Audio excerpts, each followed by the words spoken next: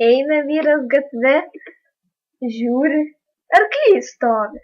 Pasiėmė arklį ir eina toliau. Sutinka policininkas, šis sako: Ką tu veiki su tuo arkliu? Radau gatvėje, nežinau, ką su juo daryti. Nuvesk į zoologijos sodą. Kitą dieną policininkas vėl sutinka tą patį žmogų su arkliu. Juk sakiau tau nuvesk į zoologijos sodą. Zoologijos sode buvome vakar.